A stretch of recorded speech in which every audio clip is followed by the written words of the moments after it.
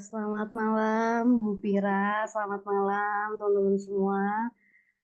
Selamat datang di acara webinar hari ini yang diadakan oleh Klinik Psikolog Pira yang kita angkat judulnya gitu ya atau temanya hari ini adalah mengenai journaling, mengungkapkan luka melalui tulisan. Nah, mungkin aku mau sapa-sapa dulu ya. Ada Bu Fira di sini, ada Kak Yuli, ada Kak Inka juga, dan juga ada Kak Wahyuni. Terima kasih sudah meluangkan waktunya malam ini untuk kita sama-sama belajar gitu ya. Dan ini kan malam minggu gitu ya. Biasanya nih kita pergi keluar atau kita biasanya jalan-jalan, hangout sama keluarga, sama teman-teman, tapi teman-teman di sini memilih untuk belajar bareng-bareng sama kita semua. Gitu. Dan juga ada Kak Belinda juga yang baru bergabung. Selamat malam, Kak Belinda.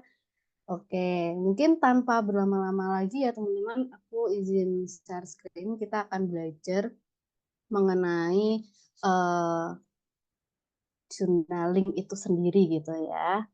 Oke, oke, aku izin share screen. Mungkin teman-teman kalau berkenan untuk on cam bisa untuk on cam, tapi kalau masih ada kendala seperti Kak Yuli tadi juga tidak apa-apa untuk tidak on cam gitu ya. Oke, apakah screen saya sudah terlihat teman-teman? Boleh dibantu. Sudah, Kak. Oke, terima kasih Kak Yuli atas bantuannya. Oke, jadi hari ini teman-teman kita akan belajar gitu ya. Ini kita sama-sama sharing, sama-sama belajar mengenai unsend letter journaling. Unsend letter journaling ini sebenarnya salah satu teknik gitu ya teman-teman untuk mengungkapkan luka melalui tulisan gitu. Nah, kita akan bahas lebih dalam nih mengenai unsend letter journaling dan step-stepnya, tapi mungkin kita akan bahas dulu, kupas dulu gitu ya. Kenapa kita perlu untuk melakukan unsend letter journaling? Kenapa nih kita harus melakukan yang namanya journaling? Buat apa sih gitu ya? Oke, sebelumnya perkenalan dulu gitu ya mungkin ya. Halo kakak semua, Bu Fira, selamat malam. Perkenalkan aku Syifa Salsabila. Aku lulusan dari S1 Psikologi Universitas Negeri Semarang. Saat ini menjadi asisten psikolog di Klinik Psikolog Vira. Beberapa pengalaman saya di menjadi konselor psikologi, didengerin di Bihum Indonesia, di Aditi Psychological Center, dan juga di Biro Psikologi Sahabat Indonesia. Jadi salam kenal ya kakak-kakak teman-teman semua. Oke, mungkin sebelum kita bahas materinya gitu ya, aku mau tanya dulu gitu sama teman-teman semua. Apa yang kamu rasakan saat ini? Oke, boleh dong dibantu dijawab di kolom chat juga boleh. Apa sih yang sedang dirasakan saat ini? Oke, mungkin ada yang saat ini nih, malam ini, ada yang rasa senang, jengkel gitu ya. Atau mungkin ada yang rasa marah, takut, atau mungkin takut ya karena besok mungkin hari Senin ada tugas atau pekerjaan yang eh, membuat takut gitu ya. Itu mungkin adakah teman-teman di sini yang merasakan takut sekarang? Juga mungkin ada yang lagi sedih atau ada yang lagi frustasi nih karena di sosmed ya teman-teman lagi rame banget berita-berita yang kurang mengenakan gitu ya di akhir-akhir ini gitu ya. Atau mungkin ada yang sedang merasa kecewa. Oke, Bu Fira merasa senang. Oke. Oke, kalau Kak Yuli merasa campur aduk sih Kak. Oke. Biasanya gitu ya, sering kita merasakan perasaan itu lebih dari satu jenis perasaan gitu ya, nggak hanya jengkel aja, mungkin jengkel dan disertai marah, atau mungkin jengkel tapi juga takut juga gitu ya. Mungkin bisa merasakan perasaan itu secara bersamaan gitu. Oke, kemudian Oh, ada Kak Wahyuni. Senang habis ikut pelatihan masak. Wah, Masya Allah. Alhamdulillah ya. Jadi Kak Wahyuni saat ini sedang merasa senang gitu karena mendapatkan ilmu baru mungkin ya di pelatihan masaknya gitu. Oke, terima kasih teman-teman yang udah bersedia untuk sharing-sharing untuk malam hari ini. Oke, next kita akan bahas gitu ya yang namanya emosi. Loh Kak, tadi kan bahasnya berkaitan dengan perasaan. Kok ini tiba-tiba emosi gitu ya. Jadi mungkin teman-teman di sini eh, kita harus tahu nih bahwa ternyata emosi itu sama dengan perasaan. Mungkin kalau di selama ini di masyarakat umum ketika mendengar kata emosi itu yang muncul adalah oh kalau emosi tuh marah gitu ya. Oh dia lagi emosi tuh. Oh dia lagi marah gitu ya. Jadi kita selalu em, memberikan kesamaan gitu ya. Kalau emosi itu berarti marah. Padahal sebenarnya emosi itu adalah perasaan nih teman-teman. Apa yang kita rasakan itu namanya juga emosi. Jadi secara psikologis emosi dan perasaan itu adalah hal yang sama seperti itu. Nah, kemudian apa sih pengertiannya gitu ya. Sebenarnya kita tuh tiap hari ngerasain yang namanya emosi teman-teman. Mulai dari bangun tidur sampai eh, kita tidur lagi gitu ya, kita akan merasakan berbagai emosi dalam hidup kita gitu. Cuman kadang kita tidak menyadari bahwa oh ini toh yang namanya emosi. Seperti itu. Iya, dan Kak Yuli nih komen karena ada emosi senang, emosi sedih, emosi takut dan lain-lain. Iya, betul sekali. Jadi mungkin dari definisinya dulu ya, kita samakan dulu definisinya. Jadi definisi emosi sendiri itu adalah energi yang mendorong kita untuk bertindak. Dan energi ini muncul atas reaksi dari stimulus. Jadi gini teman-teman, di tiap tubuh kita, di tiap manusia itu pasti ada yang namanya energi.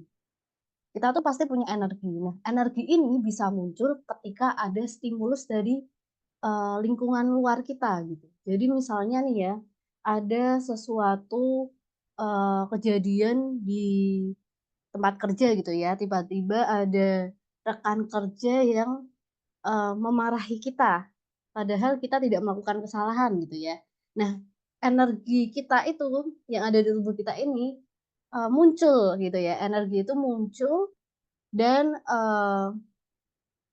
munculnya itu adalah jenisnya marah gitu ya. Kenapa? Karena kita merasa kita tidak melakukan kesalahan nih, sudah melakukan dengan baik, tapi kenapa kok dimarahin? Tidak ada sebabnya. Nah itu kan oh, sikap orang lain itu kan di luar kendali kita dan itu yang dinamakan stimulus gitu. Dan emosi yang muncul di diri kita, ada energi rasa marah, pengen membela diri. Nah, itulah yang dinamakan emosi.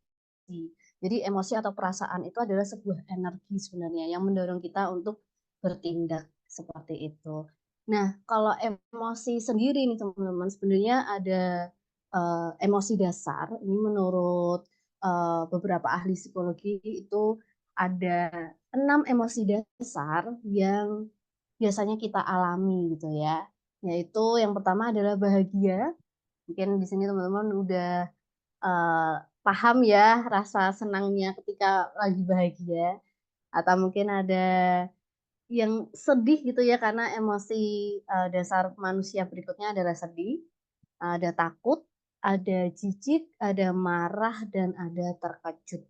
Seperti itu. Oke. Jadi kita di sini clear ya teman-teman bahwa emosi adalah perasaan.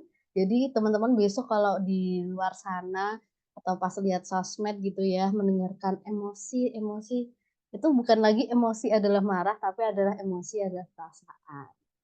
Nah, ini sebenarnya turunan dari emosi dasar yang kita miliki, teman-teman. Jadi manusia itu kan sangat-sangat kompleks. Nah, begitu pula dengan apa yang mereka rasakan gitu. Jadi emosi dasar manusia di sini itu kalau diturunkan lagi akan ada banyak banget jenisnya. dan misalnya marah gitu ya. Oke, emosi marah, tapi marahnya ini yang seperti apa? Ada yang agresif, ada yang karena frustasi, karena tersakiti, dan lain-lain gitu ya. Jadi banyak sekali jenis emosi yang dirasakan oleh manusia gitu. Makanya manusia itu kan sangat kompleks sekali gitu ya. Dan ini tidak untuk dihafalkan nih teman-teman, jadi untuk eee ketahui saja, untuk dipahami saja bahwa manusia itu memiliki banyak sekali emosi dan itu, menunjukkan bahwa manusia ini kompleks, seperti itu. Oke, terus kita akan bahas nih, setiap emosi memiliki fungsi untuk diri kita. Mungkin teman-teman di sini, ada yang, mempertanyakan gitu ya, kalau ada yang mempertanyakan, "Kenapa sih kok ada perasaan marah atau perasaan cemas gitu ya. Takut, perasaan takut tuh kenapa sih harus ada gitu. Padahal kan takut tuh nggak enak banget, bikin, cemas, bikin deg-degan dan lain-lain gitu ya, dan kita tahu nih bahwa ternyata emosi itu membawa informasi untuk diri kita. Jadi emosi itu sebenarnya, punya message yang ingin disampaikan ke diri kita. Contohnya gitu ya, ketika, mmm marah gitu ya, emosi marah gitu. Emosi marah itu, eee, muncul sebagai tanda bahwa ada sesuatu nih yang melanggar batas kita, atau saat kita merasa tidak dihargai, atau saat kita merasa tersakiti gitu ya. Jadi, eee, ini adalah contoh emosi marah gitu ya, mungkin dalam kesehariannya adalah saat teman-teman ada yang menghina mungkin ya, ada orang lain yang menghina teman-teman, terus teman-teman, merasa marah. Nah, marah ini muncul karena ingin memberikan message ke teman-teman bahwa, "Eh, ini tuh udah di luar batasanmu loh, ini dia tuh udah nyenggol batasanmu nih, udah melebihi batasanmu," gitu. Jadi kamu harus membela diri nih. Emosi tuh bilang gitu ke diri kita. Jadi kita tahu bahwa, "Oh iya ya, ini aku marah tuh karena dia menghina dan udah, melanggar batas itu gitu. Jadi ya itu tadi, marah tuh punya message itu gitu. Terus ini aku kasih contoh beberapa aja ya teman-teman, yang kedua itu ada takut gitu ya. Merasa takut misalnya, eee, saat resign, saat resign, eee, kerja mungkin dari lingkungan kerja atau saat, mau lulus sekolah gitu ya, lulus kuliah atau mau perpisahan gitu ya, itu misal ada muncul perasaan takut gitu. Takutnya itu apa? Takutnya bisa jadi message itu emosi takut itu memberikan informasi bahwa, habis ini tuh kamu akan kehilangan teman-temanmu loh. Jadi ada ketakutan untuk, kehilangan tuh teman-temanku, bagaimana nanti selanjutnya, apakah akan masih seperti ini. Jadi ada rasa takut di situ gitu ya.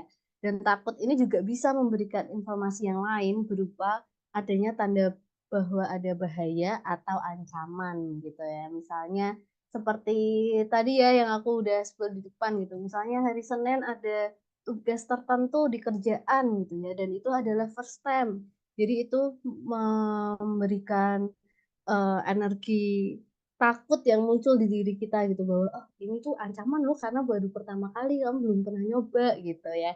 Jadi, takut itu fungsinya salah satunya seperti itu. Dan kemudian senang, wah kalau emosi senang udah mungkin teman-teman mudah ya untuk mengidentifikasikannya gitu, karena kalau senang itu ya tanda bahwa kamu mendapatkan sesuatu yang diimpikan, kamu merasa dihargai, merasa diapresiasi, itu kan tanda bahwa kamu, "Oh ini ya, emosi senang itu dirasakan karena hal-hal itu," gitu.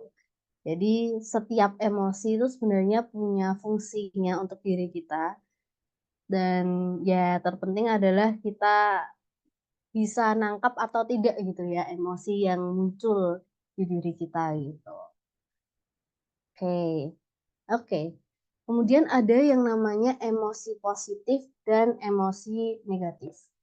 Nah, ini dibedakan berdasarkan sensasi yang dirasakan, teman-teman. Jadi, eh, emosinya ini adalah emosi positif itu emosi yang ketika teman-teman merasakan, perasaan yang muncul adalah perasaan yang enak di tubuh, rileks, nyaman, seperti ketika merasa senang. Ketika merasa senang, bahagia, atau bersyukur, itu kan emosi positif yang sensasi di tubuh itu kan nyaman ya teman-teman ya. Eh, Rileks, tubuh kita bisa rileks, tidak tegang, sensasi di tubuh tuh lebih enak gitu ya. Dan sedangkan ada juga emosi negatif gitu ya. Jadi emosi negatif itu ketika perasaan-perasaan atau emosi-emosi ini eh, memberikan sensasi yang tidak nyaman di tubuh kita. Misalnya saat merasa takut, ketika takut atau cemas itu kan sadar nggak sih teman-teman tubuh kita tuh tegang gitu ya, kaku rasanya. Terus mungkin ada yang kalau di sini cemas atau takut itu GERD gitu ya, mahnya kambuh, atau mungkin ada yang jadi bolak-balik ke kamar mandi gitu ya, ada yang harus pipis terus bolak-balik, atau ada yang GERD karena stres atau karena takut gitu ya. Nah, itu kan sensasi yang tidak nyaman ya di tubuh gitu. Atau perasaan kayak jantung deg-degan, kepalanya pusing karena terlalu marah dan lain-lain gitu. Jadi yang membedakan antara emosi positif dan emosi negatif adalah sensasi yang kita rasakan. Seperti itu. Oke.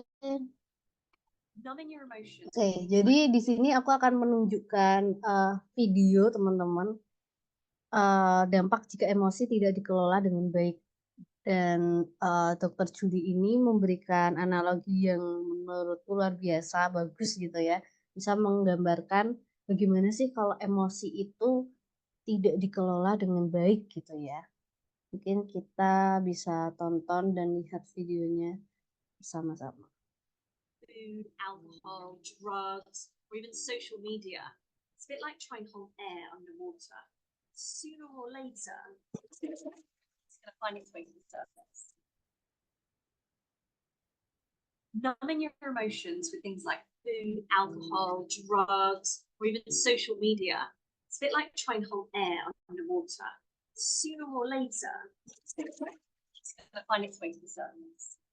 Oke, jadi potongan video ini menarik ya teman-teman karena pada dasarnya emosi atau perasaan itu kan energi itu tadi kan. Nah, energi itu kan seharusnya itu dikeluarkan, bukan ditekan. Nah, ketika kalian teman-teman semua mencoba untuk menekan itu emosi-emosi yang tidak nyaman itu, ditekan dan kelama-kelamaan mereka emosi-emosi yang sudah tertumpuk ini akan keluar dengan sendirinya gitu ya, dengan cara yang mungkin tidak kita duga gitu.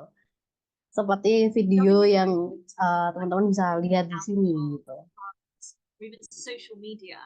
It's a bit like trying to hold air underwater.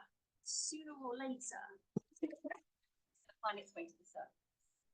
Oke, jadi menarik ya teman-teman, dan mungkin teman-teman bisa salah satunya gitu ya, bisa melihat dampaknya itu ketika teman-teman mungkin pernahkah merasa sedih terus-menerus gitu ya, tapi tidak tahu penyebabnya apa gitu. Aku pribadi juga pernah gitu ya merasakan ini kok kayaknya sedih ya, tapi aku nggak tahu nih sedihku tuh karena apa gitu. Namun ketika terus akhirnya mencari tahu sendiri, kemudian ketika kesulitan mencari tahu sendiri, akhirnya konseling gitu, akhirnya ketemu nih, oh rasa sedih ini tuh ternyata muncul dari perasaan-perasaan yang lama, tapi yang terpendam gitu loh, sekian lama, dan munculnya adalah rasa sedih terus-menerus, tapi nggak tahu penyebabnya apa. Nah, itu juga salah satu contohnya ya teman-teman, kalau emosi ini tidak dikelola dengan baik. Atau mungkin ada yang jadinya gampang marah gitu ya. Ada yang kesenggol dikit itu tuh marah gitu ya. Atau kita ngobrol apa, ngomong apa, itu bisa marahnya bisa meledak-ledak. Nah, itu bisa jadi tanda-tanda tuh teman-teman bahwa tubuh kita itu memberikan sinyal-sinyalnya gitu ya untuk memberitahu kita bahwa, "Oh, kamu lagi nggak baik-baik aja nih, kamu lagi butuh bantuan untuk mengeluarkan energi itu," gitu. Jadi kembali lagi ke definisinya, karena emosi itu adalah sebuah energi dan energi itu harus dikeluarkan, nggak bisa kalau ditekan, karena kalau ditekan akan suatu saat akan terjadi seperti yang ada di buku ini, gitu ya. Oke. Oke, kemudian tidak ada emosi yang salah, yang ada cara mengekspresikannya yang bisa salah. Contohnya ya teman-teman, ketika ada di persimpangan antara mungkin teman-teman di sini atau, mungkin pernah merasakan atau mendengar cerita gitu ya, bahwa ada seorang anak yang marah sama orang tuanya. Nah, kita nggak bisa bilang tuh bahwa, "Oh, kamu salah, kamu harusnya nggak boleh marah sama orang tuamu, kan nanti kamu durhaka," gitu ya. Kita nggak bisa bilang seperti itu, karena setiap emosi yang dirasakan manusia itu adalah hal yang valid, hal yang wajar, dan yang harus kita tekankan adalah tidak ada emosi yang salah itu adalah cara mengekspresikannya, cara mengeluarkannya itu. Jadi mungkin merasa marah dengan orang tua, merasa marah dengan ibu, atau merasa marah dengan bapak, itu tuh adalah perasaan yang, wajar, kamu nggak salah kok, emosi itu nggak salah gitu. Yang salah ketika kamu karena merasa marah ini, terus ekspresinya, mengekspresikannya, mengeluarkannya dengan perilaku marah-marah gitu ya ke orang tua. Jadi perilaku suka bentak orang tua, atau perilaku yang tidak sopan lainnya gitu ya. Nah, itulah yang membedakan antara perasaan dan perilaku gitu. Jadi perasaannya itu tidak salah, apapun yang kalian rasakan itu tidak salah, yang salah adalah bagaimana cara mengekspresikannya gitu. Oke, terus gimana nih cara, eee, mengekspresikan emosi dengan benar gitu ya? Mungkin sebelum itu, aku mau sedikit bahas soal, reaktif dan responsif ketika kita, menghadapi sesuatu gitu ya teman-teman. Jadi ketika, perasaan dan perilaku ini tadi, perasaannya misalnya marah, perilakunya mungkin jadi ada 2 gitu ya, ada 2 kemungkinan perilaku yang bisa dilakukan gitu. Yang pertama reaktif atau responsif gitu ya. Mungkin teman-teman di sini udah pernah dengar juga ya. Kalau reaktif itu saat detik itu ada masalah, saat detik itu ada stimulus yang tidak menyenangkan, dan tiba-tiba rasa marahnya atau mungkin tiba-tiba emosi, perasaan sedih atau frustasinya langsung keluar gitu ya. Nah, itu yang namanya reaktif. Jadi perilakunya itu diekspresikannya secara langsung tanpa ada pertimbangan-pertimbangan sebelumnya. Nah, biasanya ini nih perilaku yang kita sesali berikutnya gitu ya. Misal kayak lagi marah gitu ya, marah terus kemudian nggak sengaja menyentak teman atau menyentak orang terdekat gitu ya, jawaban kita ketus gitu ya ke mungkin keluarga atau kakak atau orang tua atau teman kita, karena saat itu kita responnya reaktif gitu ya. Nah, mungkin setelah itu tuh perasaan yang muncul ada nyesel, "Kenapa tadi kok aku nggak bisa nahan ngomongnya lebih halus, kan nanti dia sakit hati kalau aku ngomong kayak gini," gitu ya. Itu biasanya yang, eee, perilaku-perilaku yang muncul dari reaktif itu tadi gitu. Tapi ada juga, perilaku yang kita bisa memilih, untuk memikirkannya terlebih dahulu, namanya adalah responsif. Jadi ketika ada stimulus, ketika ada sesuatu kejadian, itu kita merenungi dulu, ini sebenarnya ada apa sih yang terjadi itu apa, kita pikirin dulu, kita tunggu reda dulu emosinya, baru kita bisa mikir setelahnya, gitu ya. Karena, menurut, beberapa webinar yang aku ikutin dan baca-baca juga bahwa sebenarnya ketika, perasaan atau emosi itu muncul, khususnya emosi-emosi yang intens gitu ya. Jadi skalanya kalau dibuat skala dari 0 sampai 10 itu skala-skala yang tinggi, 10 gitu ya. Misalnya kita marah nih, marahnya tuh di intens 10 gitu ya. Nah, itu tuh otak kita yang aktif adalah amigdala. Amigdala itu adalah bagian otak yang mengatur untuk segala perasaan atau emosi yang dirasakan manusia. Nah, ketika amigdala yang aktif, otak yang untuk berpikir nih, namanya lobus frontal, otak untuk berpikirnya ini tuh jadi nggak aktif. Karena kan otak tuh gantian kan.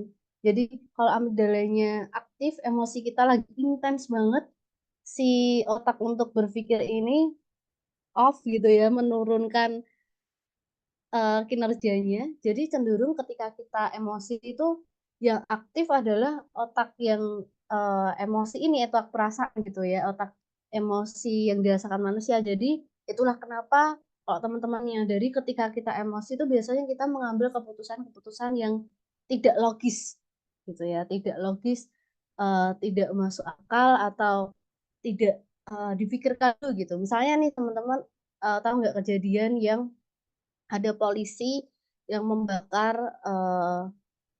polisi Poluan membakar suaminya gitu ya.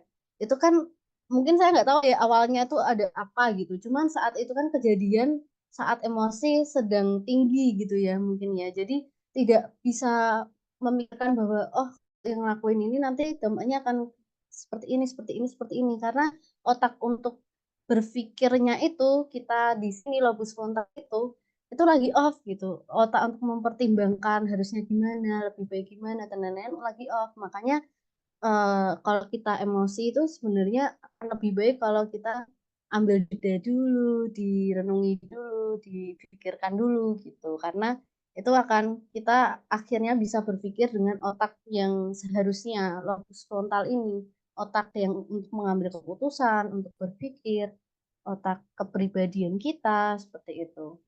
Dan ini lanjut lagi ya, untuk syarat mengekspresikan emosi, yang pertama adalah melegakan dan menenangkan. Tentu itu adalah syarat utamanya, karena energi ini perlu dikeluarkan, dan ketika keluarkan rasanya lega ya teman-teman ya. Dan kemudian yang kedua adalah tidak menyakiti diri sendiri atau orang lain. Gitu. Mungkin kalau di teman-teman pernah dengar istilah self harm, terus ada self-harm yang mungkin narik-narik rambutnya sendiri atau yang cutter-cutter atau mungkin dengan cara makan pedas biar perutnya sakit. Nah, itu juga dilakukan dengan sengaja. Itu bisa jadi dikategorikan self-harm juga ya, teman-teman. Nah, itu yang eh, bentuk yang tidak sehatnya gitu karena menyakiti diri sendiri atau orang lain. Oke, kemudian untuk langkah awalnya mengelola emosi. Jadi yang pertama adalah menerima dan mengakui perasaan atau validasi perasaan. Yang pertama itu adalah kenali nama emosimu. Jadi sesimpel aku merasa bla bla bla karena bla bla bla gitu ya. Misalnya aku merasa sedih karena apa gitu ya, atau aku merasa senang karena apa gitu. Jadi bisa sesimpel mengatakan kata-kata seperti itu untuk diri sendiri gitu ya. Dan seperti tadi semua emosi itu valid dirasakan dan kemudian setelah melakukan validasi perasaan mencari aktivitas yang bisa melegakan perasaan ini. Seperti itu. Jadi aktivitasnya apa aja nih? Bebas ya teman-teman, setiap orang punya caranya sendiri untuk mengekspresikan perasaannya. Ada yang kalau marah karena emosi marah itu kan perlu sesuatu yang untuk dikeluarkan gitu ya. Jadi mungkin ada yang mukul-mukul bantal atau mungkin kalau marah itu ngeremas-ngeremas squishy gitu ya atau mungkin ada yang nangis gitu. Jadi caranya setiap orang itu beda-beda dan tentu kita harus tahu apa yang kita rasakan dulu baru kita bisa mengekspresikan eh, perasaan itu kan. Jadi yang pertama memang yang terpenting adalah tahu dulu, kenali dulu bahwa oh aku merasa ini nih karena ini gitu. Jadi aku mau melakukan inilah untuk melegakan perasaanku seperti itu. Mungkin teman-teman semua kalau ngerasain emosi yang negatif gitu ya, dalam artian kayak merasa sedih, merasa kecewa, itu kan tidak nyaman ya teman-teman. Kadang kita tuh cenderung untuk nggak mau dipikirin, nggak mau dirasain, nggak usah lah dirasain, emosinya nggak enak kalau dipikirin malah justru bikin dadanya sesek, pikirannya jadi nggak enak gitu ya.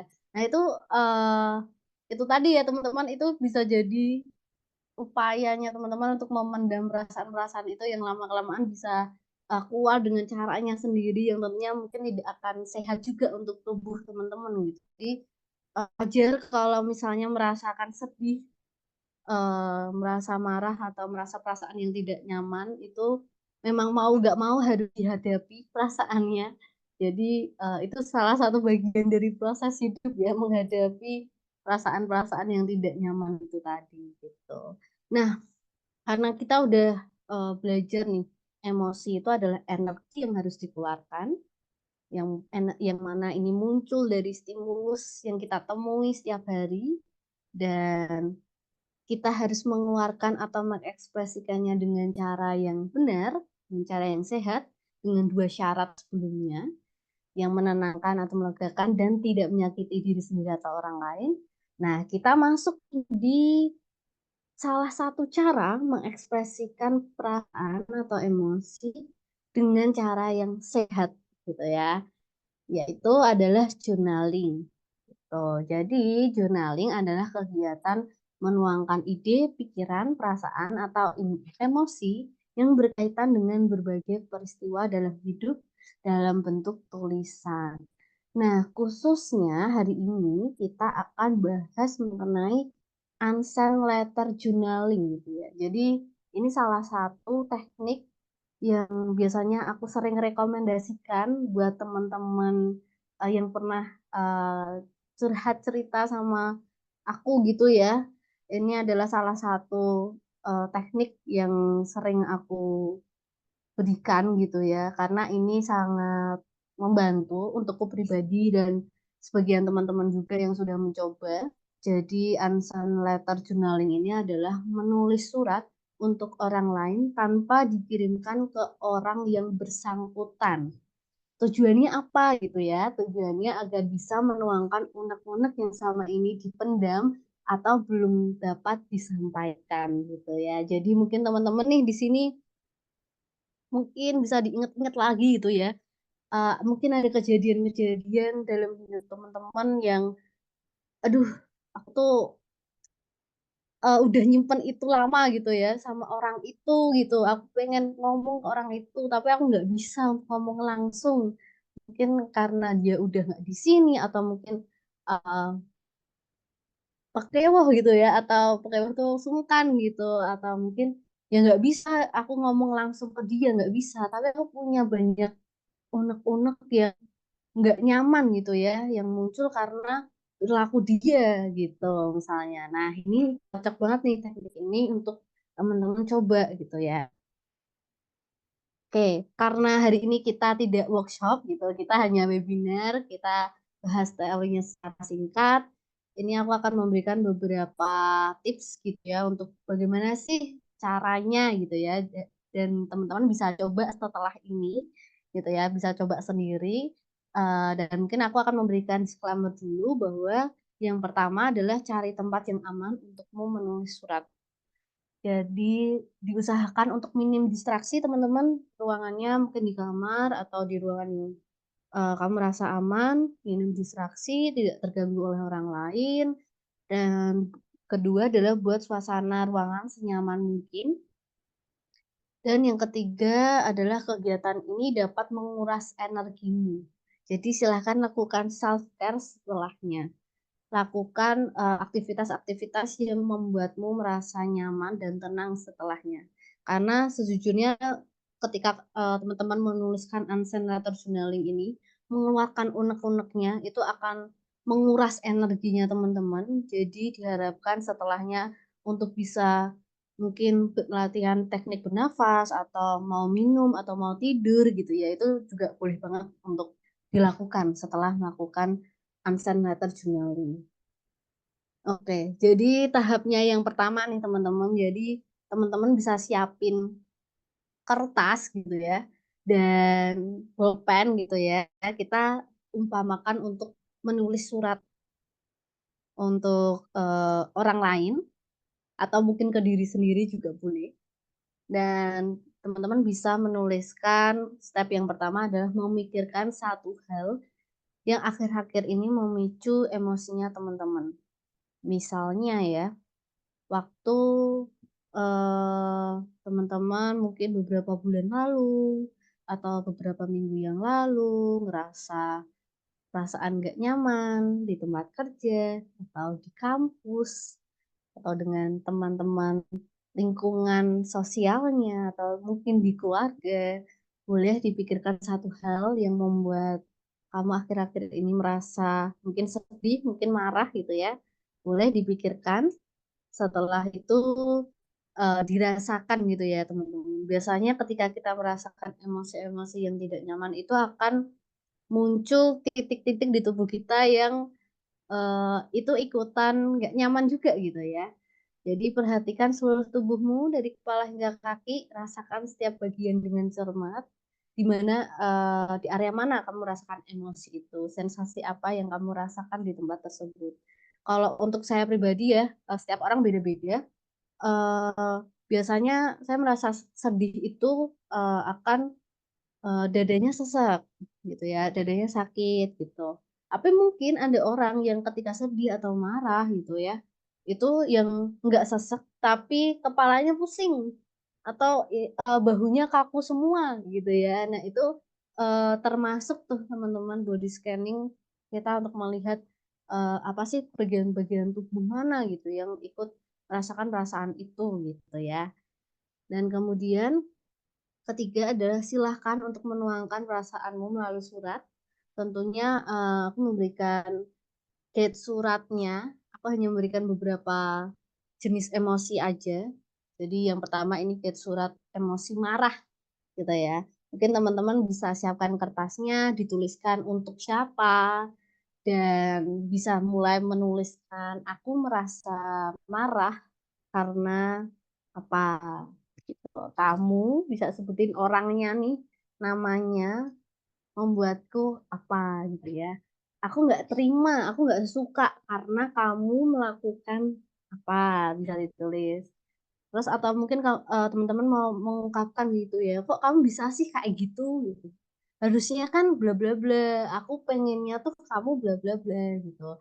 Itu teman-teman boleh banget dituliskan apa saja unek-uneknya teman-teman untuk orang itu, untuk kejadian itu, dan bisa dikeluarkan semuanya karena itu tempat yang aman buat teman-teman, eee, mengeluarkannya gitu ya. Mungkin, kalau ada yang mau berkata kasar gitu ya juga boleh dikeluarkan aja karena itu tempat aman, nggak ada yang bakal nge-judge, apa pikiranmu di surat itu gitu ya.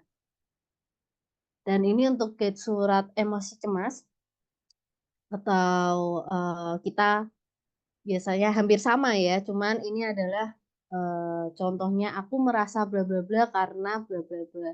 Takutnya nanti bla bla bla bla. Kalau misal aku bla bla bla akan bla bla bla nggak ya?" Nah ini buat yang, mungkin cemas-cemas gitu ya, teman-teman yang mudah untuk takut gitu, itu boleh dicoba. Gimana ya kalau nanti aku kebayang kalau gimana kalau sampai bla bla bla, aku pengennya bla bla bla. Nah, ini bisa juga dituliskan ya, teman-teman.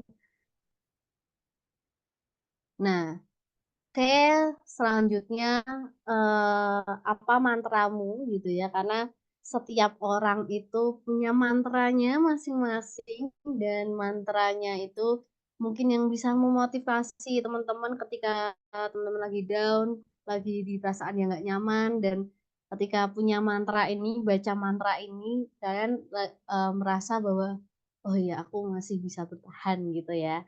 Nah, ini beberapa mantra yang sebenarnya mantra pribadi gitu ya, bahwa yang pertama adalah aku pernah melakukan kesalahan layaknya manusia lainnya, yang terpenting aku menyadari kesalahan itu dan mau mengevaluasi.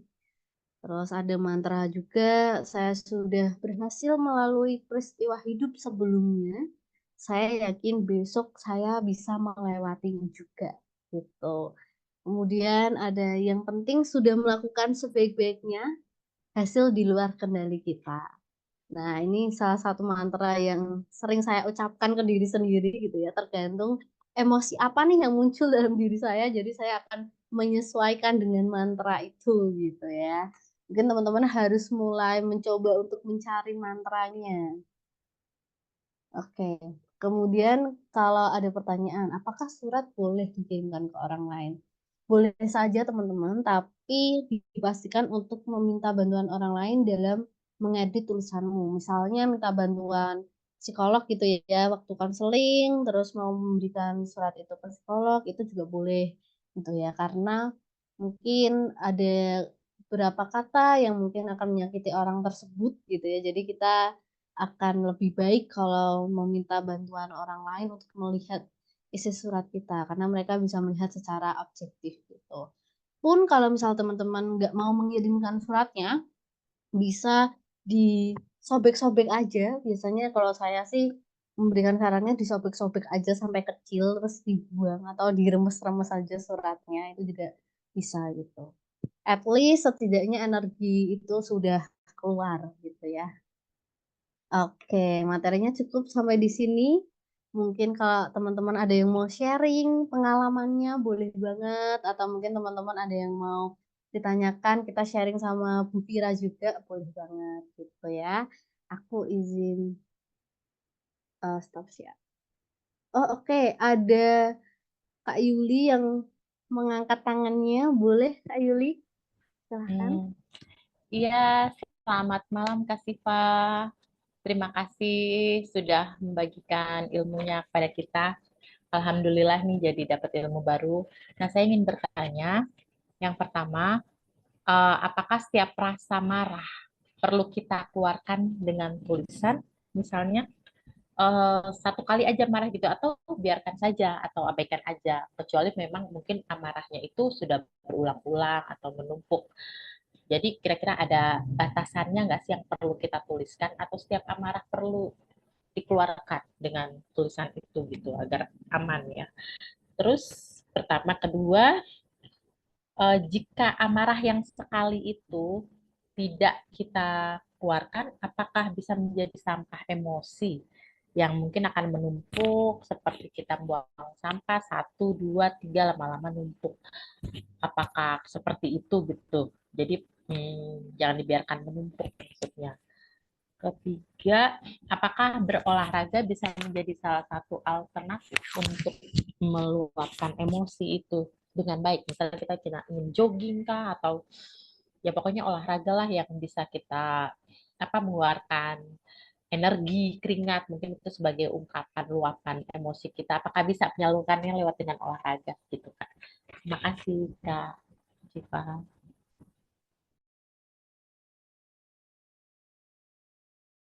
Oke, terima kasih Kak Yuli atas pertanyaannya. Terima kasih sudah bertanya, menandakan Kak Yuli menyimak penjelasan dari saya. Terima kasih. Mungkin untuk yang pertama, apakah setiap rasa marah harus dituliskan melalui tulisan gitu ya? Kalau untuk saya pribadi sih enggak harus gitu ya. Mungkin ada rasa marah yang eh, diluapkan dengan cara yang lain tuh udah bisa selesai gitu.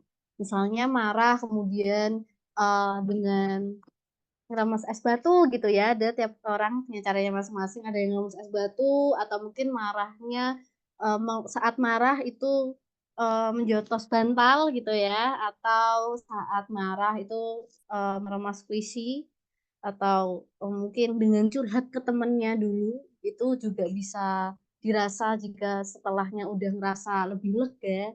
Nah itu it's okay gitu. Bisa bisa melakukan dengan cara itu gitu. Namun terkadang nih ada perasaan marah yang eh, masih ketahan gitu. Jadi belum selesai peristiwanya atau masih dipikirin terus menerus, udah dicoba dikeluarin, tapi kok masih kepikiran terus menerus. Nah, itu mungkin bisa dicoba, salah satu opsinya adalah dengan unsend letter journaling ini gitu. Jadi mungkin tiap orang punya caranya masing-masing. Kalau Kak Yudi mau nyoba pakai caranya Kak Yuli dulu boleh kalau itu berhasil di kakak gitu ya. itu juga boleh. Tapi misalnya ada teman-teman di sini udah nyoba ini, tapi ada marah yang belum terselesaikan gitu ya. Nah, itu mungkin bisa dicoba ini salah satu teknik ini gitu ya. Jadi seperti itu Kak Yuli yang pertama. Dan untuk yang kedua, apakah kalau emosi yang dipendam terus-menerus itu bisa jadi sampah emosi gitu. Nah, jawabannya bisa karena saya pernah kebetulan skripsi saya adalah membahas mengenai eksplorasi proses keluar korban kekerasan dalam pacaran gitu ya. Jadi saya meneliti bagaimana sih korban kekerasan ini gitu ya. Udah tahu kita sebagai orang awam kan melihatnya udah tahu dipukulin, udah tahu dijotosin gitu ya. Tapi kok nggak mau putus? Ada apa sih? Kenapa? Perasaannya ada apa? Kondisi psikologisnya gimana? Dinamikanya gimana? Seperti itu kan. Nah, saya meneliti itu dan dari hasilnya yang udah kompleks, tapi saya ambillah sisi yang mungkin bisa menjelaskan pertanyaannya Kak Juli bahwa si subjek saya ini adalah orang yang tidak pernah punya tempat untuk bercerita gitu di keluarganya, di teman-temannya gitu ya. Karena selama berpacaran dengan pacarnya yang kasar ini, dia kan dikungkung gitu ya, hanya di rumah pacarnya ini. Kemudian ketika dipukuli, ketika dihina, dicaci maki, itu dia hanya mau mendamnya sendirian gitu, nangis sendirian, dikeluarkan sih nangis sendirian, itu nangis sendirian. Tapi suatu saat karena mungkin itu sudah terlalu lama ya, eh, kejadian yang tidak menyenangkan itu, emosinya sudah lama kelamaan menumpuk. Suatu saat dia secara tidak sadar itu melakukan self harm. Bentuk self-harmnya itu adalah cutting, tangannya di cutting, terus memotong rambutnya. Jadi ada beberapa bagian rambutnya itu yang pitak gitu ya, karena dipotong olehnya dan dia bisa memukul-mukul tembok gitu ya. Dan itu tidak disadari.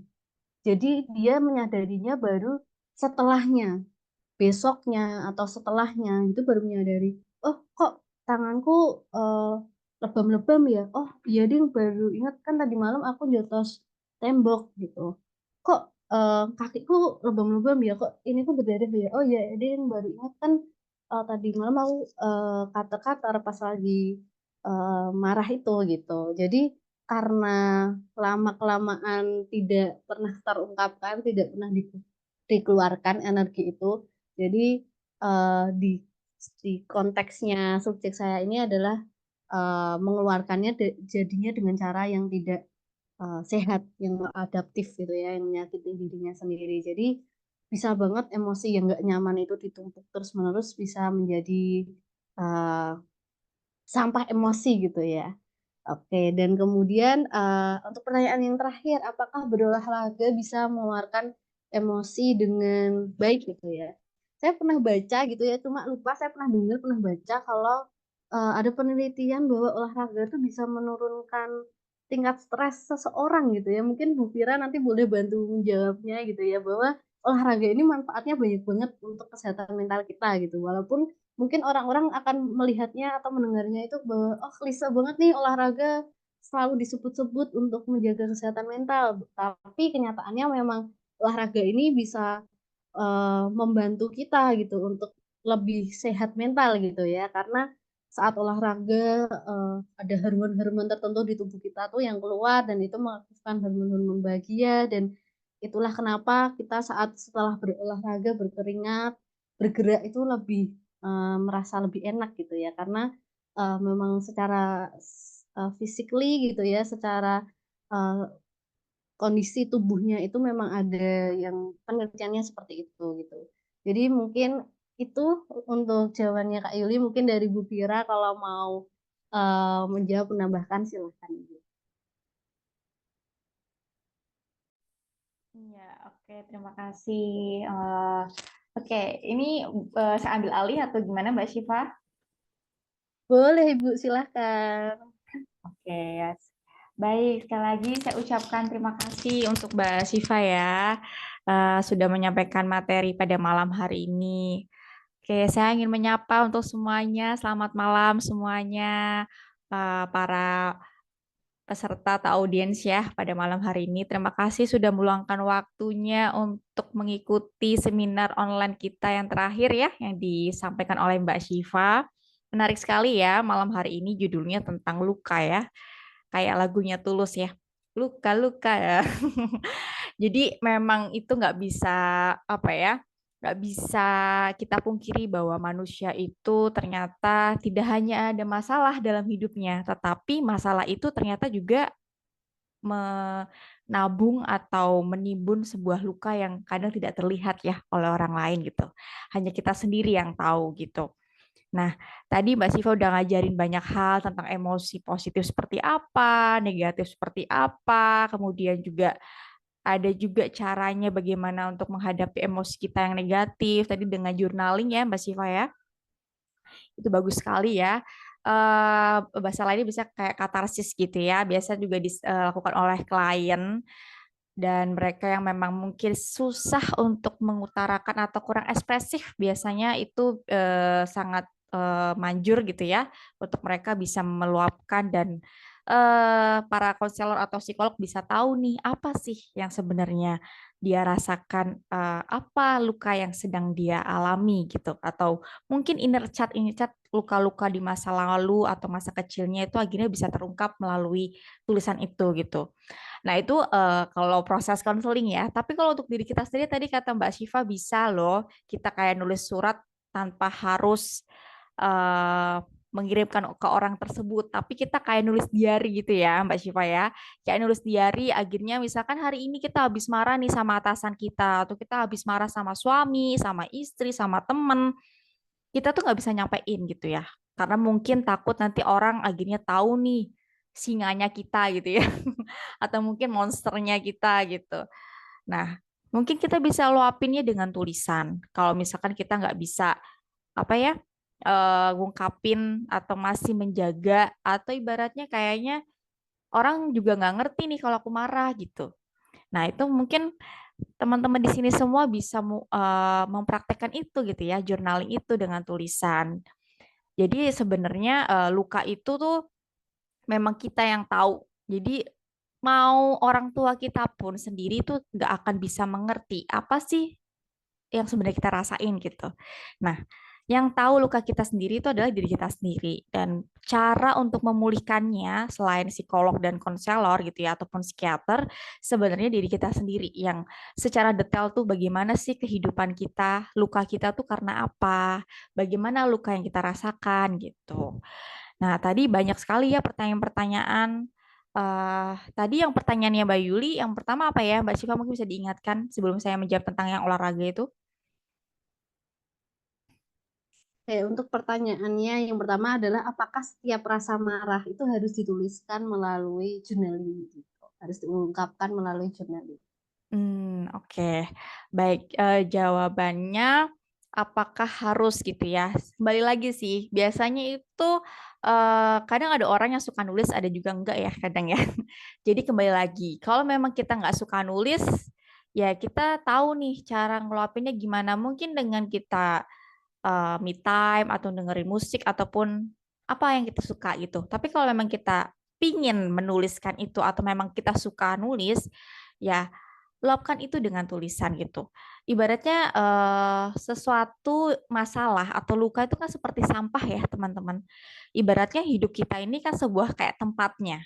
Kalau sampah itu terlalu banyak, akhirnya kan juga nggak bagus buat tubuh kita, buat psikis kita juga, buat mental kita gitu.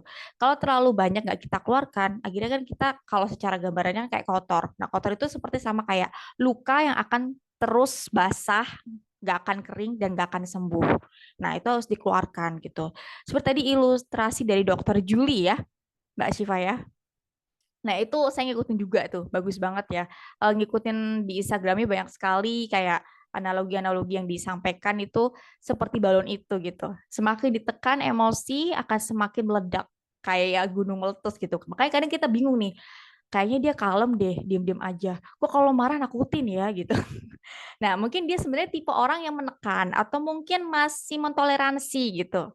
Nah, kita bisa ketemu sama orang-orang yang kayak gitu, kaget gitu kan ketika kita lihat ketika dia lagi marah, wah kok keluar semua gitu. Nah, sebenarnya bagus nggak kayak gitu? Ya ada bagusnya, bagusnya adalah dia mengeluarkan akhirnya emosi negatifnya, tapi nggak bagusnya adalah memuncak gitu. Nah, jadi sebelum itu menumpuk berlebih lama gitu ya, ditekan terus, nah itu harus dikeluarkan yaitu dengan journaling salah satunya. Dikeluarkan itu sebenarnya selain journaling bisa melakukan hal-hal yang positif dalam arti dilampiaskan dengan hal-hal yang positif. Misalkan nih, kita lagi kesel nih hari ini bete. Daripada kita ngomel-ngomel terus gitu ya, biar emosi negatif itu berubah jadi emosi positif, salah satunya tadi ya pertanyaan tentang olahraga. Itu sangat penting banget karena ketika olahraga, tubuh ini tuh menghasilkan hormon-hormon yang bagus seperti kayak dopamin, hormon-hormon yang lainnya juga gitu. Nah, itu memunculkan emosi-emosi positif. Kita jadi bisa lebih rileks, kita bisa lebih positif energinya gitu. Jadi memang hormon-hormon yang dikeluarkan itu adalah hormon-hormon yang positif, membuat kita bisa lebih happy, tenang. Nah, salah satunya yaitu bisa melakukan olahraga, misalkan ketika kita lagi emosi atau mungkin lagi stres, lagi jenuh, lagi punek gitu ya. Mungkin kita bisa lampiaskan dengan olahraga gitu. Nah, kalau misalkan yang lainnya apalagi nih gitu. Nah, bisa dilakukan dengan hal-hal yang memang kita sukai gitu. Salah satunya mungkin kita suka nge-mall atau mungkin baca buku ya, hobi kita apa gitu. Nah, akhirnya emosi negatif itu bisa berubah jadi emosi yang positif gitu ya, teman-teman. Nah, ini ada pertanyaan lagi ya dari Kak Wahyuni, apakah sampai emosi yang mungkin sudah lama terpendam sejak kita kecil bisa terkikis dengan journaling, Kak? Apalagi sampai saat ini kita masih berhubungan dengan orang-orang yang sering membuat kita sakit hati, kecewa, dan lain-lain. Karena tidak mungkin kita cut off orang-orang ini. Apa yang mesti kita lakukan? Oke, oke. Pertanyaannya memang bagus banget ya dari Kak Wayuni. Jadi memang itu pasti akan selalu berhubungan.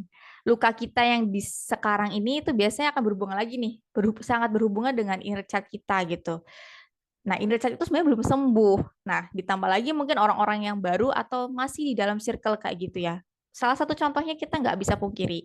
Sebenarnya orang-orang yang biasa menyakiti kita adalah orang-orang terdekat kita ya. Mungkin keluarga gitu ya.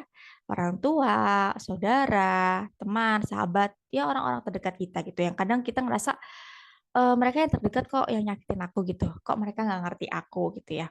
Dan kita nggak bisa keluar. Ibaratnya kan kita nggak bisa ya pindah kakak orang lain gitu ya.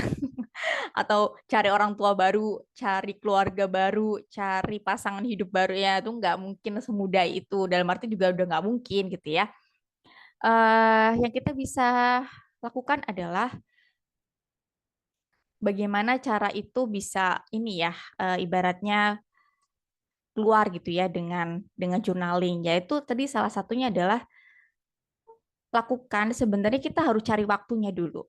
Kita 24 jam itu kita cari tahu di waktu kapan ya yang aku merasa aku tuh tenang dan aku berhenti beraktivitas dalam apa ya, di mana tuh aku ngerasa tenang dan aku ngerasa aku bisa berbicara dengan diriku sendiri gitu. Misalkan malam hari gitu ya sebelum tidur.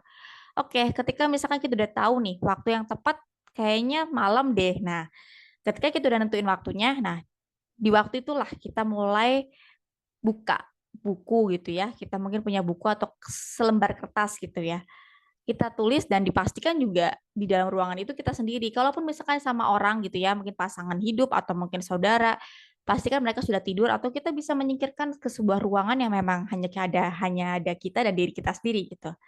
Nah, dengan tenang, mungkin kalau misalkan kita diem depan kertas nggak keluar ya, kayak berat banget nulisnya dan bingung nih nulis dari mana gitu ya. Mungkin bisa distimulus dengan musik yang relaksasi, musik yang tenang, yang mengingatkan kita akan luka-luka itu untuk kita bisa keluarkan. Dan jangan lupa ketika kita menulis itu kita sambil memaafkan apa yang sudah pernah terjadi, memaafkan keadaan, memaafkan yang mungkin sudah pernah terlewati gitu ya. Bahwa luka itu ya memang mungkin membuat proses kita dewasa gitu.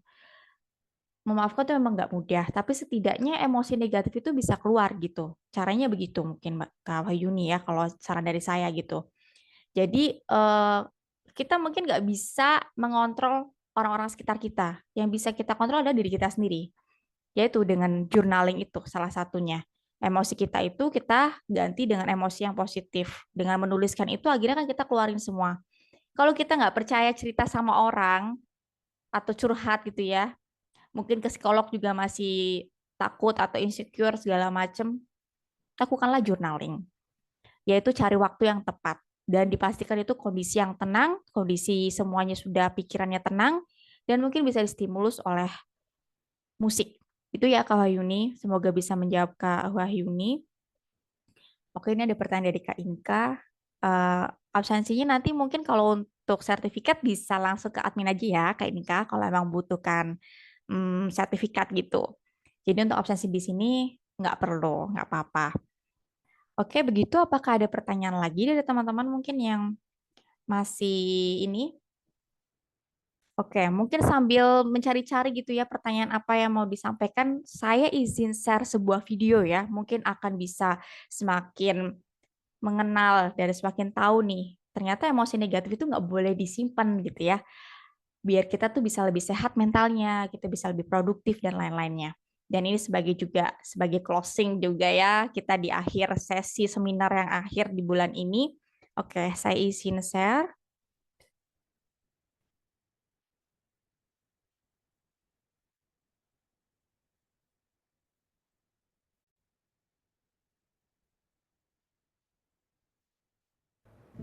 Aku bukannya nggak bersyukur sama apa yang aku punya.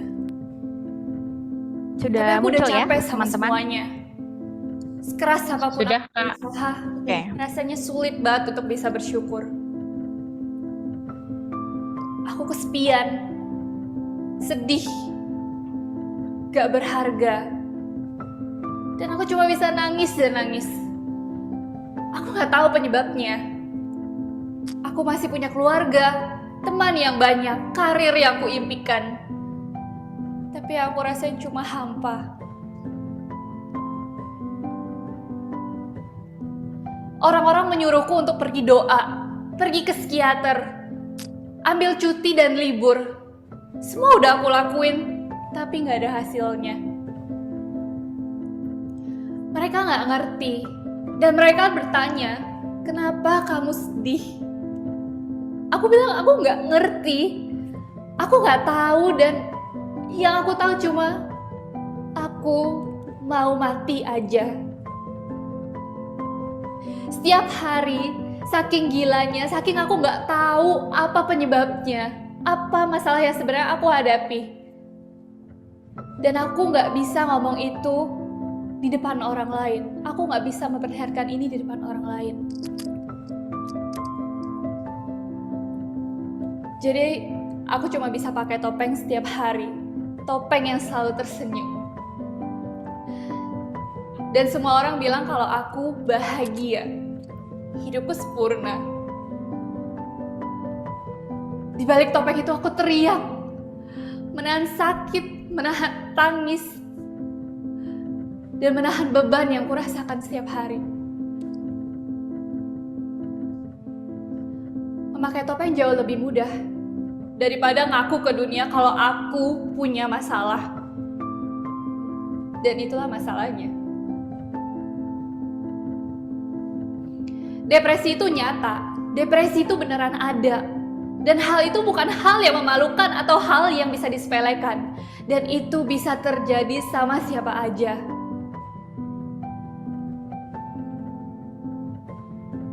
Mungkin sekarang kamu lagi ngerasa sedih, kamu ngerasa tertolak, kamu ngerasa kalau kamu gak ada harapan dan gak ada jalan keluarnya. Tapi aku sadar, kadang apa yang kita impikan, apa yang kita harapkan tuh gak sesuai dengan kenyataan.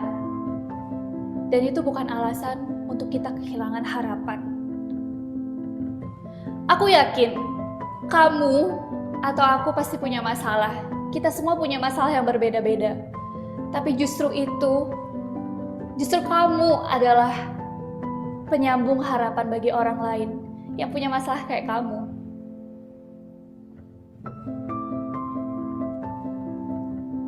Kalau kamu lagi ngerasa lelah, istirahat, gak ada salahnya. Dan aku cuma mau bilang, I trust you. Aku yakin kita bisa ngelewatin ini.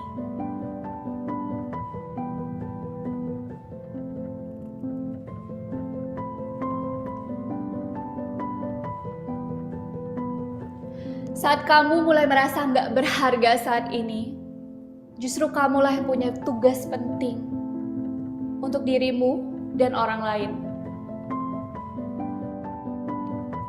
Satu hal yang harus kamu percaya, bahwa aku dan kamu adalah penyambung harapan bagi orang-orang di sekitar kita. Hal sekecil apapun bisa jadi besar kalau kita lakuin ini bersama-sama.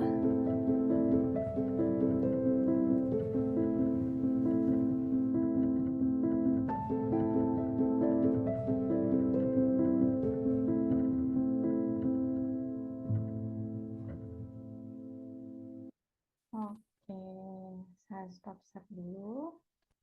Oke. Sudah melihat semua videonya ya. Semoga punya insight gitu ya. Tadi video tersebut adalah tentang depresi gitu ya.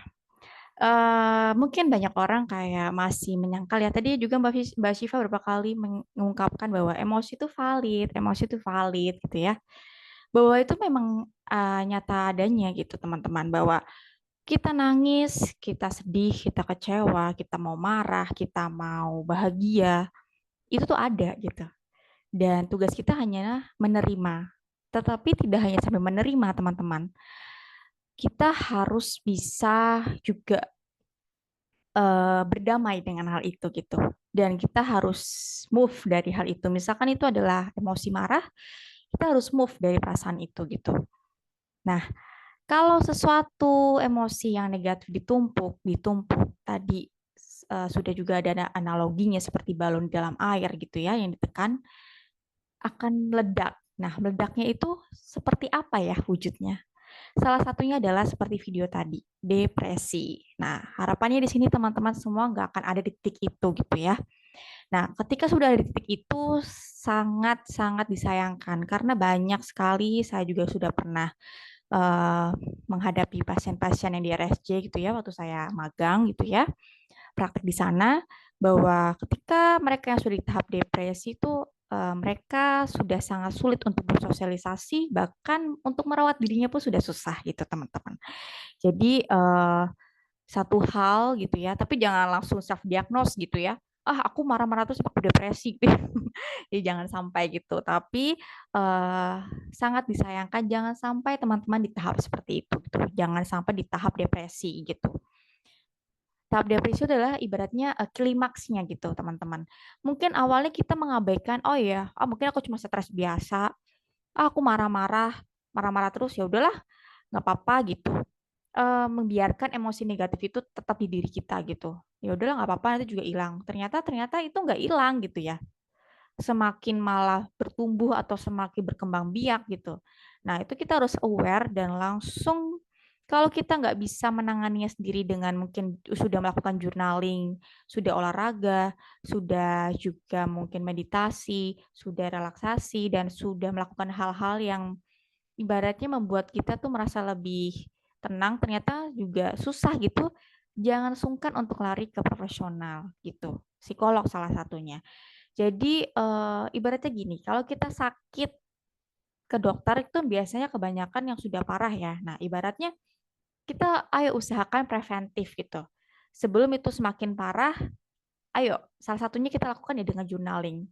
Keluarkan itu gitu. Ibaratnya kayak bisul ya. Bisul kan ada nanah dalamnya. Nah, itu kan kadang di secara medis itu kan dikeluarkan nanahnya. Nah, sama seperti kita secara psikologis, secara mental kita gitu. Ada luka, ada emosi negatif itu dikeluarkan. Jangan sampai dipendam, jangan sampai kita tekan, akhirnya kita ke mental illness sampai di tahap depresi seperti tadi gitu.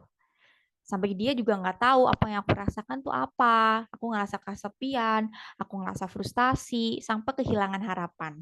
Nah, itu yang biasa saya sampaikan ke klien-klien gitu ya, bahwa bagaimana sih agar kita tuh bisa kembali sehat atau pulih. Saya cuma satu hal saya selalu tanya ke klien. Masih punya harapan nggak? Gitu.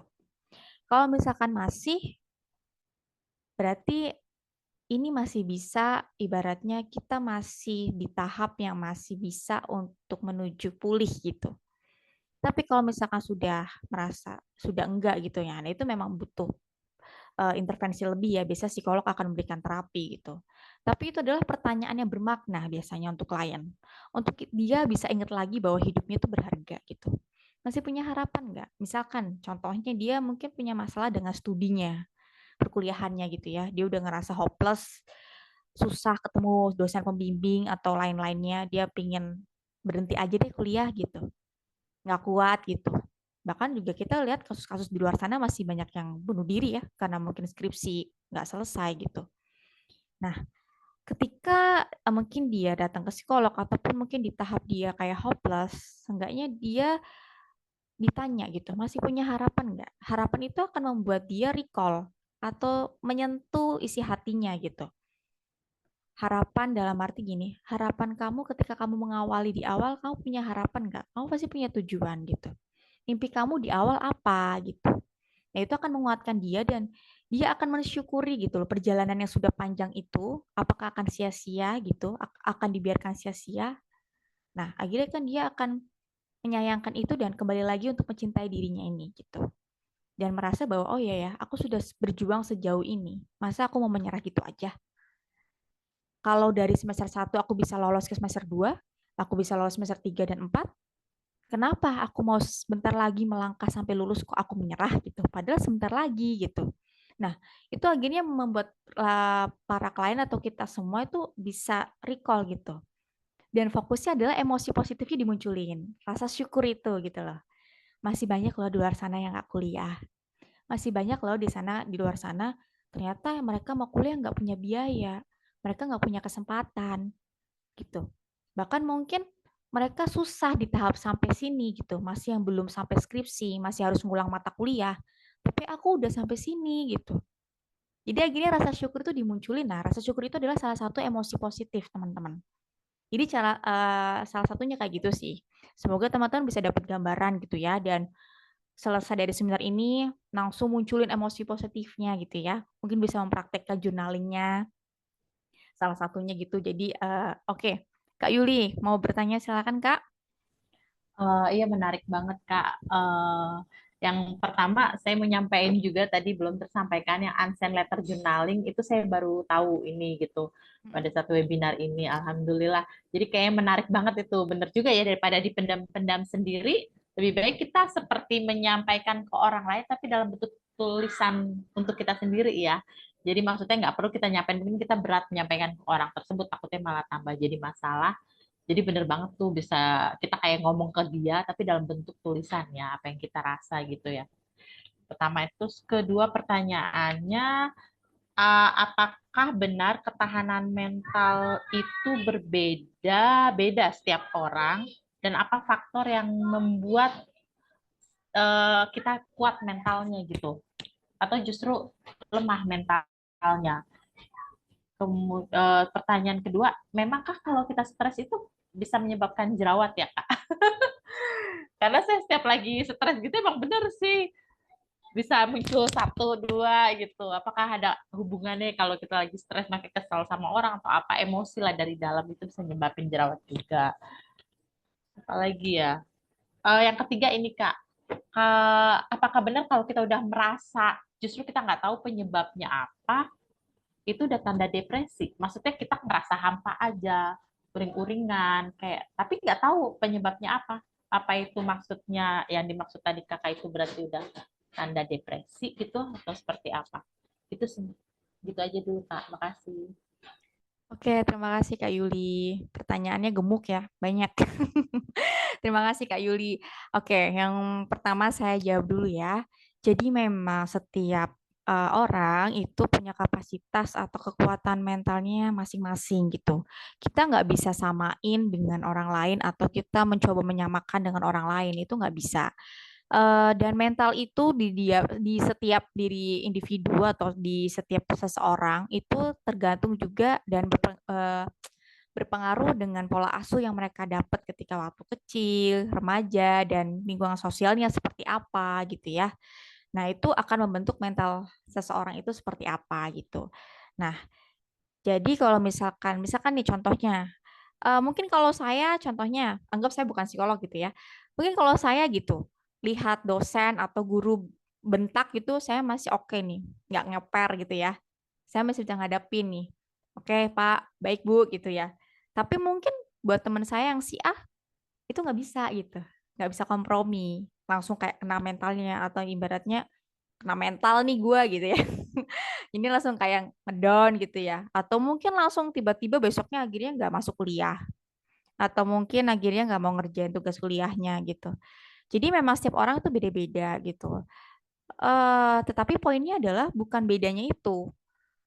Bagaimana kita untuk bisa menghadapi sesuatu yang negatif menghampiri kita gitu. Jadi controllingnya semua ada di kita gitu. Nah, gimana caranya biar kita punya mental yang kuat gitu ya? Caranya adalah kita pertama tidak boleh memanjakan diri sendiri. Self pity ya, Pak ya, kalau istilah lainnya ya. Dalam arti ibaratnya self love itu baik, tapi kalau berlebihan itu juga nggak baik gitu loh.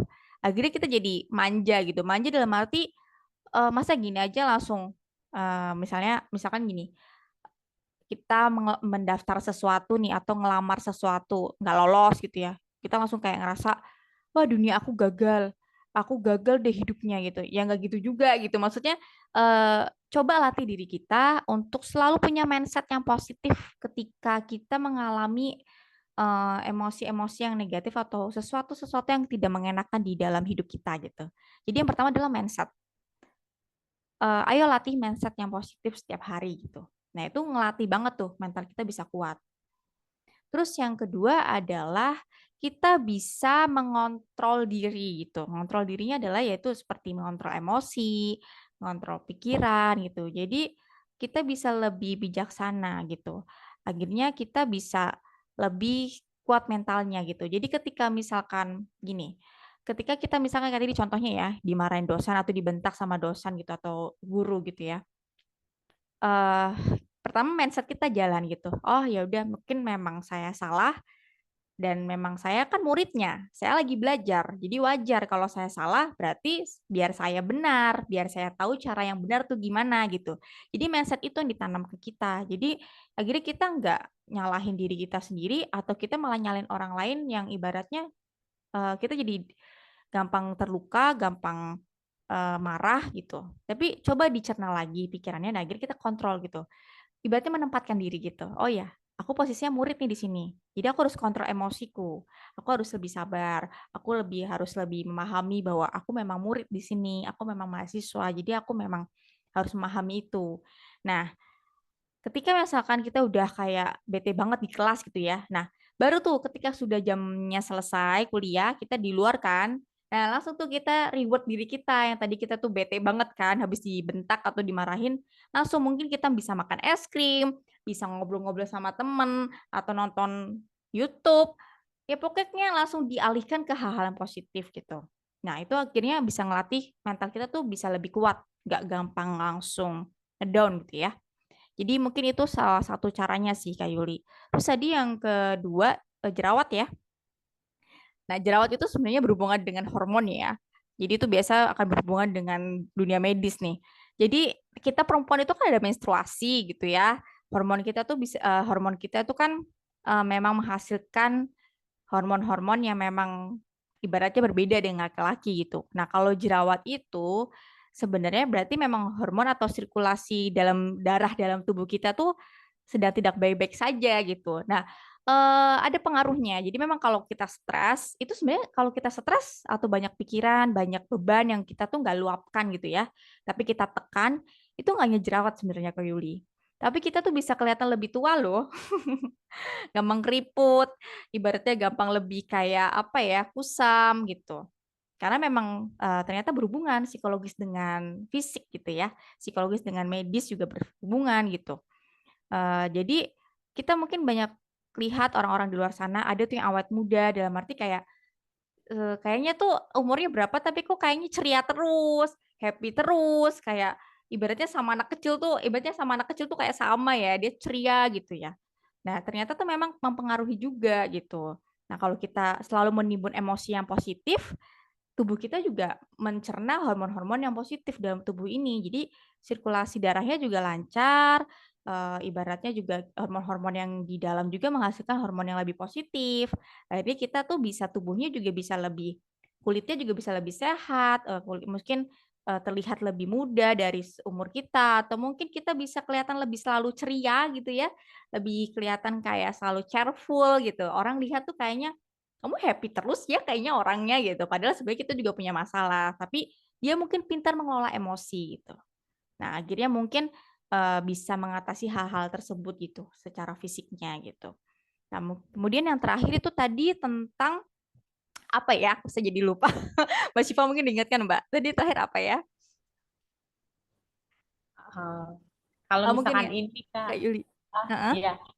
Kalau misalkan kita udah ngerasa justru di tahap yang kita nggak paham kenapa Oke. kita kok ngerasa low saraf Oh, kayak gitu. depresi tadi ya? Ya, Oke. apa tanda depresi. Oke. Nah, itu biasanya kadang gini sih ya. Depresi itu kan memang identik dalam arti orang tuh taunya kayak kalau nangis terus ya, sedih banget atau marah-marah gitu. Pasti orang langsung bilang, ih depresi kamu ya gitu. Sebenarnya depresi itu adalah tahap di mana kata kuncinya gini sih. Nggak cuma nangis terus-terusan atau mengurung diri atau ibaratnya marah-marah nggak jelas itu nggak cuma itu doang gitu. Orang yang PMS juga bisa kayak gitu ya. Nah, kata kuncinya adalah orang yang di tahap depresi itu sama orang yang sehat, orang yang depresi itu adalah dia benar-benar sudah tidak bisa bersosialisasi. Dalam arti dia tuh udah nggak bisa berinteraksi gitu. eh Ibaratnya dia tuh bingung, banyakan diem. Dalam arti kayak udah nggak produktif hidupnya. Bahkan dia ibaratnya kayak mau berdandan, merawat diri, kayak mandi, itu udah udah males, pengennya tidur aja gitu. Mau kerja, males. Bahkan interaksi sama orang, ketemu sama orang di luar rumah atau apa sudah males, lebih banyak mengurung dirinya gitu. Jadi kata kuncinya adalah produktivitasnya tuh sudah minus atau menurun gitu. Nah, itu bisa dikatakan depresi itu ya, salah satunya. Sebenarnya gejalanya banyak banget, tapi salah satu gejalanya saja yang saya ungkapkan itu. Nah, kemudian kalau misalkan ngerasa lonely, kesepian, hampa, itu sebenarnya kita udah di tahap stres sih sebenarnya. Sebenarnya depresi itu kan klimaksnya ya. Nah, poinnya atau dasarnya apa sih? Dasarnya itu adalah sebuah stres yang ditekan sampai stresnya tuh besar, akhirnya jadi depresi gitu. Nah, kalau kita udah ngerasa kayak lonely, hampa, kayak bingung mau ngapain, terus kayak kesepian di tengah keramaian tapi kok kayak ngerasa sepi, terus kok pada happy-happy tapi kok aku hampa gitu ya, apa aku depresi ya? Nah, jangan di self diagnose dulu gitu ya. Tapi mungkin kita lagi stres, kita mungkin kayak jenuh dengan rutinitas, atau kita kayak sebenarnya nyimpan masalah yang belum kita selesaikan gitu. Jadi makanya pentingnya self talk itu. Pentingnya kita melihat diri kita sendiri tuh, aku baik-baik aja nggak ya? Kayaknya nggak baik-baik aja nih. Nah, kalau kita udah ngerasa kayak gitu ya, yuk mulai diubah ritmenya. Mungkin jenuh nih rutinitas kerja terus, atau mungkin ada masalah di tempat kerja atau di tempat pertemanan atau keluarga gitu ya. Mungkin mulai di move gitu, mulai kayak di treatment nih diri ini gitu. Yang tadinya mungkin kayak nyimpan masalah, ayo dikeluarin gitu dengan journaling atau mungkin diluapkan dengan cara yang positif gitu. Terus kalau misalkan udah mulai kayak jenuh, kesepian, mungkin kita langsung cari orang yang kita percaya atau mungkin orang yang ibaratnya membuat kita tenang dan nyaman tuh siapa gitu. Nah, itu akan mengikis sih rasa-rasa lonely atau rasa jenuhnya gitu, rasa hampanya gitu. Jadi hidupnya kita tuh bisa lebih berwarna lagi, kita bisa lebih, atau biasanya saya sampaikan ke klien tuh, coba kalau mulai rasanya jenuh, hampa sama kehidupan atau kayak di titik kayak nggak tahu nih harus ngapa-ngapain, kayaknya aku nggak semangat ya ngelakuin apa-apa gitu, ngerasa jenuh, mungkin mulai nulis lagi goals-nya gitu. Mimpi-mimpinya apa sih? Nah, itu biasanya melatih diri akhirnya tuh punya semangat lagi tuh untuk menjalani kehidupan gitu. Nah, kalau orang punya goals itu kan pasti punya semangat ya. Oh, besok aku harus kerja nih, ngapain ya? Oh ya harus kayak gini gini gini gitu. Jadi setiap hari tuh harus ada planning. Nah, itu yang membuat kita sehat secara mental sebenarnya. Tapi kalau kita kayak robot, kayak secara nggak sadar tuh kita kayak terlalu terkoordinir dengan sistem pekerjaan dan lain-lainnya, akhirnya kita tuh jenuh gitu. Atau kita rasa hampa gitu. Gitu sih Kak Yuli. Semoga menjawab pertanyaan semuanya ya. Ya, terima kasih Kak Fira. Masya Allah, mantep banget deh Ya, jawabannya. sama-sama Jadi Kak ada Yuli. ilmu lagi. Iya, makasih. Makasih Ya, Kak Siva Kak. juga. Oke, apakah ada pertanyaan lagi sebelum kita closing pada malam hari ini?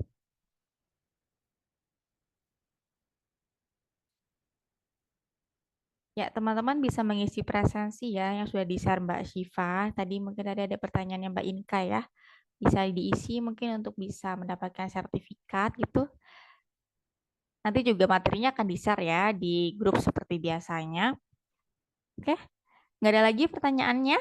Oke, baik kalau nggak ada pertanyaan, saya closing ya untuk seminar pada malam hari ini dan yang terakhir ya dari Klinik Psikolog Vira yang di mana semua disampaikan oleh asisten Klinik Psikolog Vira dari awal Agustus ya sampai akhir Agustus ini.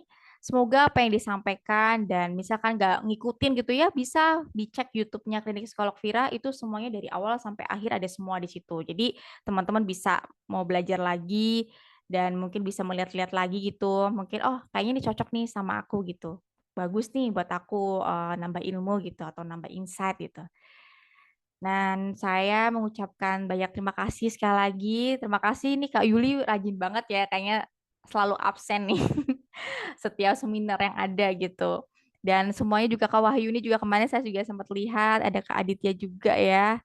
Dan semuanya sekali lagi saya ucapkan terima kasih untuk Kak Aditya, Kak Lira, ada Mas Sandro juga di sini ya, Mbak Syifa terutama sebagai pembicara pada malam hari ini, Kak Wahyuni, Kak Yuli, sekali lagi terima kasih. Oke, saya tutup ya pada malam hari ini untuk seminar tentang journaling ya. Sekali lagi saya ucapkan terima kasih. Jangan lupa untuk selalu menjaga kesehatan mental, karena yang bisa menjaga itu diri kita sendiri, nggak bisa orang lain ataupun orang-orang terdekat kita. Jadi selalu stay positif, pikiran, perasaan, dan juga perilaku kita. Dan jangan sungkan ketika kita sudah nggak ngerasa baik-baik saja, ayo lari ke profesional untuk segera pulih agar kehidupan kita kembali produktif gitu ya. Oke, terima kasih. Saya ucapkan selamat malam semuanya dan terima kasih dan selamat beraktivitas kembali untuk semuanya. Terima kasih ya. Saya tutup. Selamat malam. Terima kasih semuanya. Selamat malam, Bu Fira.